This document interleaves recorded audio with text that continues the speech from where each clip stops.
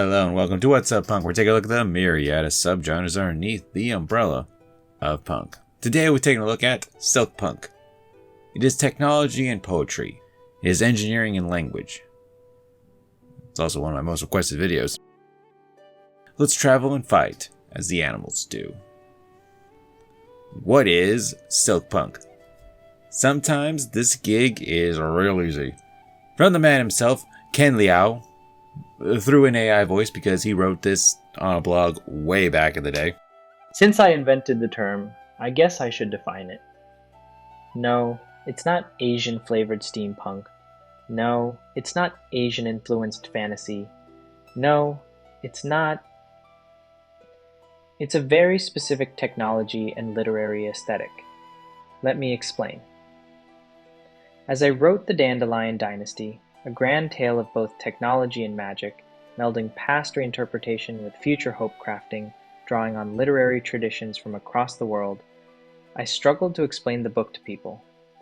Silkpunk was the shorthand I came up with to describe the technology aesthetic I wanted for the Dandelion Dynasty series, as well as the literary approach I used in composing the books. In crafting the Silkpunk aesthetic, I was influenced by the ideas of W. Brian Arthur, who articulates a vision of technology as language. The task of the engineer is much like that of a poet, in that the engineer must creatively combine existing components to solve novel problems, thereby devising artifacts that are new expressions in the technical language.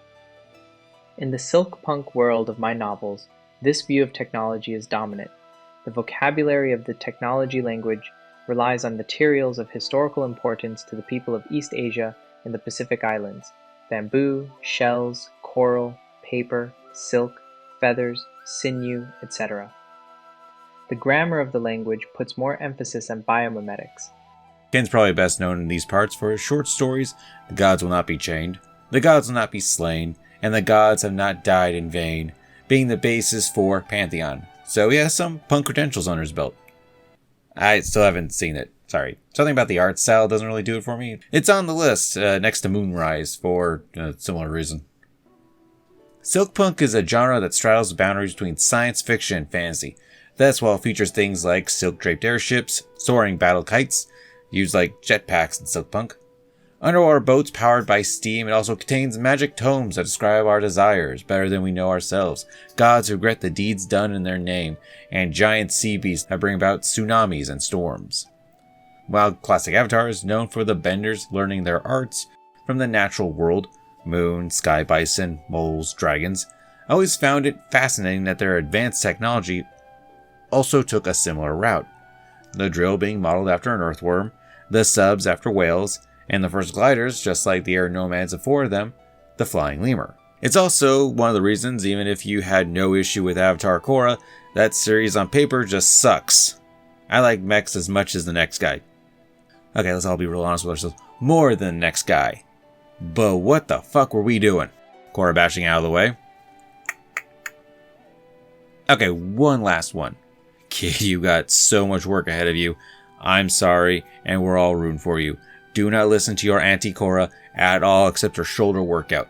Get them gains. Okay, now I'm done. Segueing us to technology. In designing the technology, Ken was guided by the theory of W. Brian Arthur, author of the book The Nature of Technology.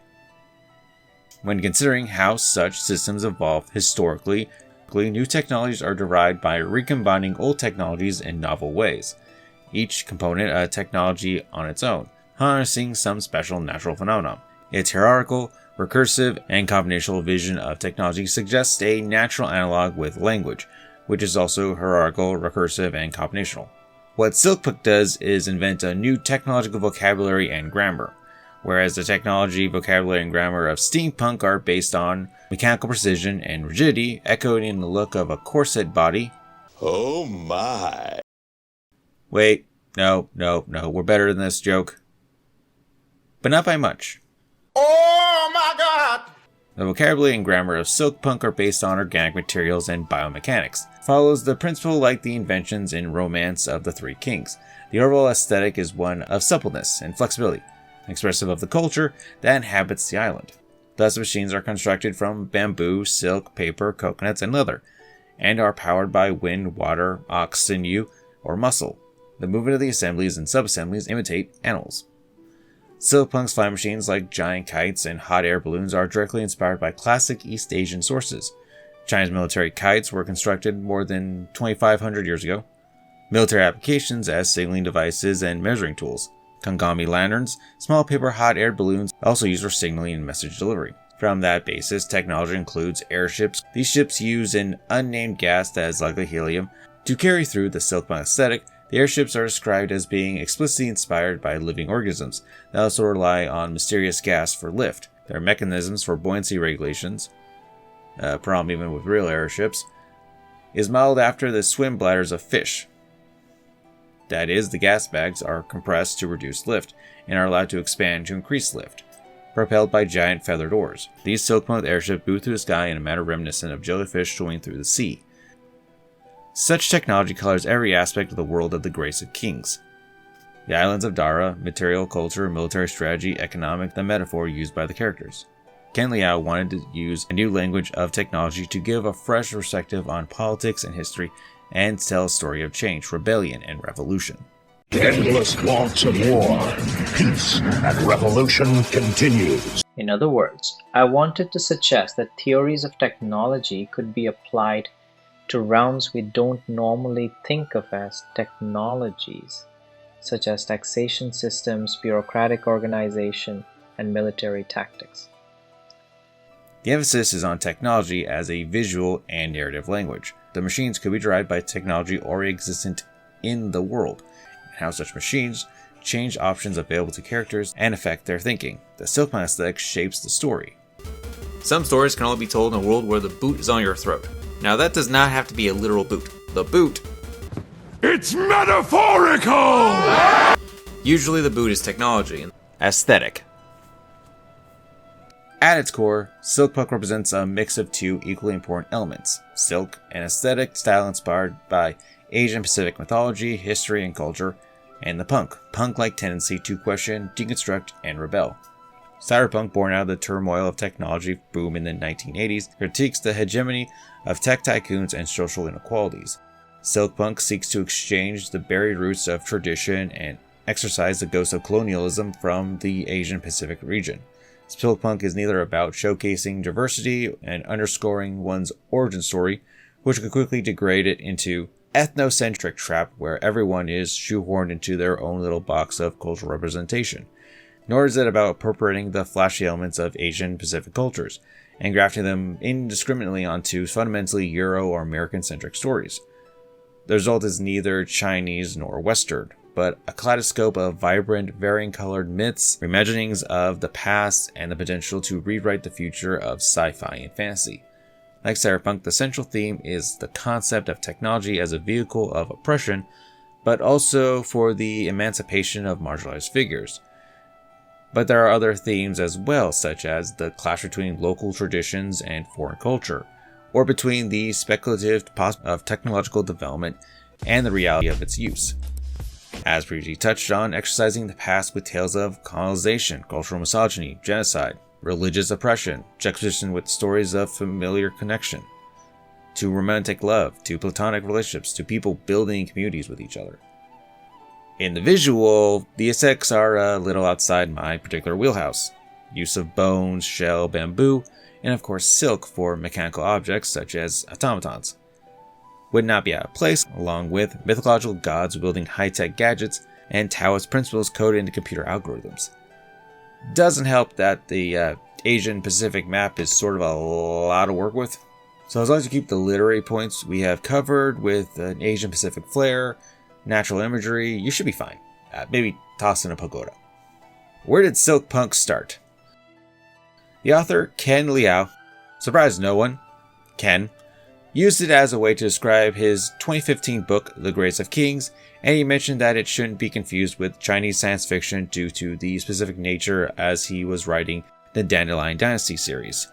When building the world of The Grace of Kings, a loose fantasy reimagining of the Chu-Han contention, I set out deliberately to create a new aesthetic inspired by East Asian antiquity, which I called Silkpunk. Not to say it's the only reason. In a 2019 interview with the publication Gold Thread, Ken acknowledged this with creating the term Silkpunk. But as someone who dislikes labels, Liu will be the first to admit that the whole idea came about because his publisher needed a way to sell his books. I cheated, Liu says. I drew a little circle around myself and said my books are Silkpunk. My recommendations. Avatar: The Last Airbender. I could never preach more about how you should watch Avatar: The Last Airbender.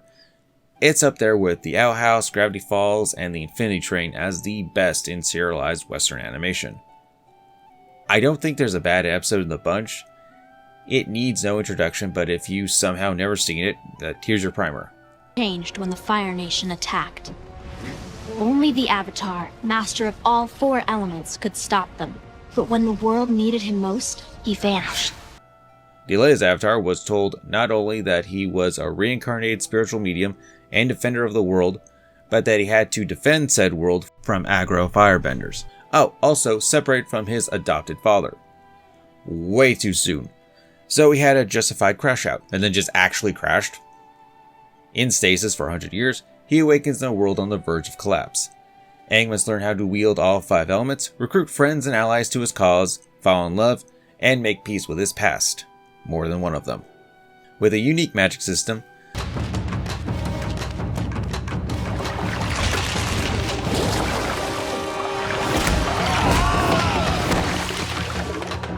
amazing set pieces,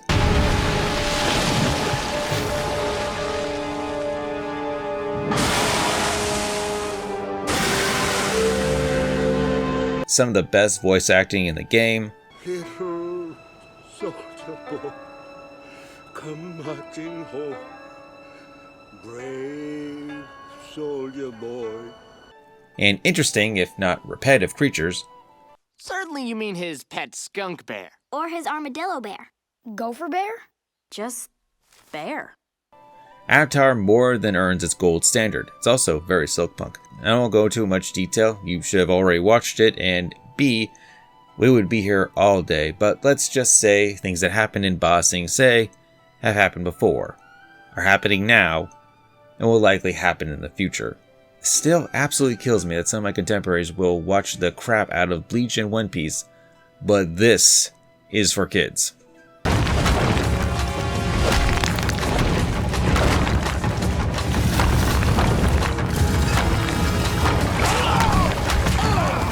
Love, death, and robots, good hunting.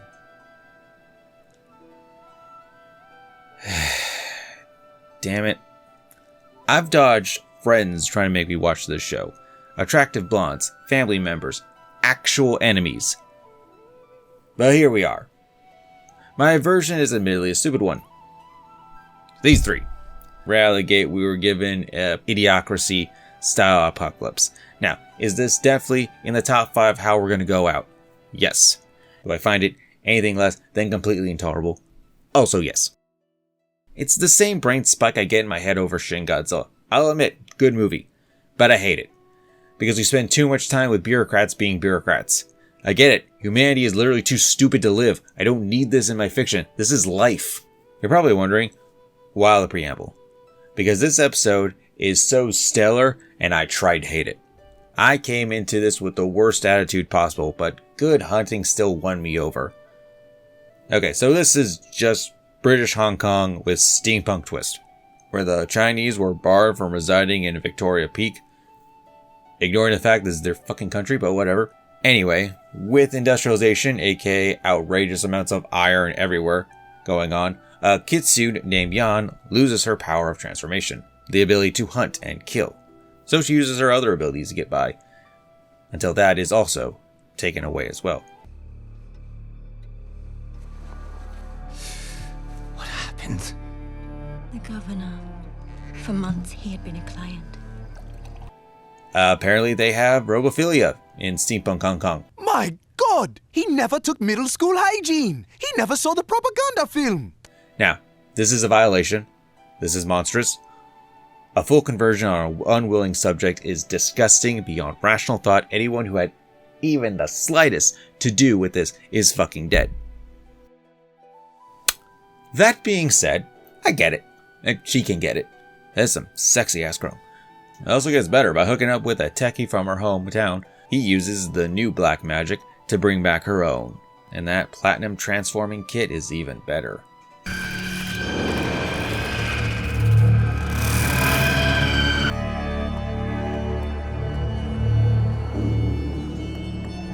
Some colonizer gonna die tonight.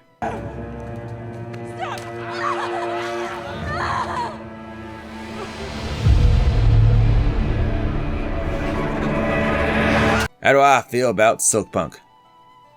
People don't know what Silkpunk is. This is illustrated mostly because almost all the articles I found on it were about or started with, what is Silkpunk? I'll tell you what it is. Super fucking interesting.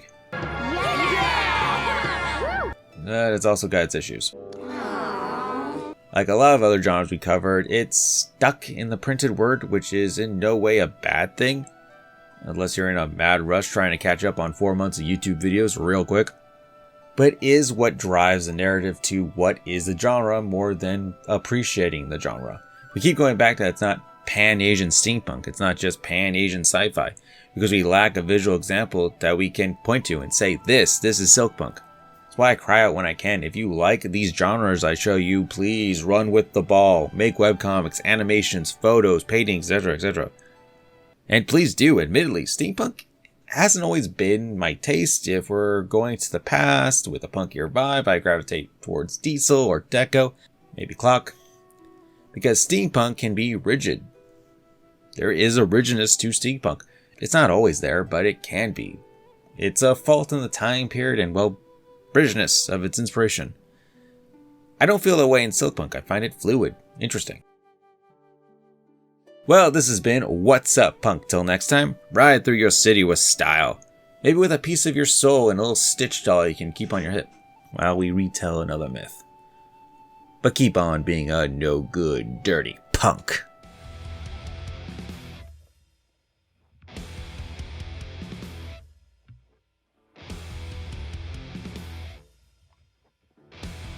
You know it, you love it, here's the spiel, let's do it. Hit subscribe to be my subscriber. Hit the bell so you know when I've actually posted stuff. Still no idea why those two things are separate now, but whatever. And of course, hit like to appease the algorithm gods. All fear and praise. On a list of whatever YouTubes, I am also probably not going to get any ad revenue for these videos, so if you would be so kind, check out that Patreon and the GoFundMe. Links in the description.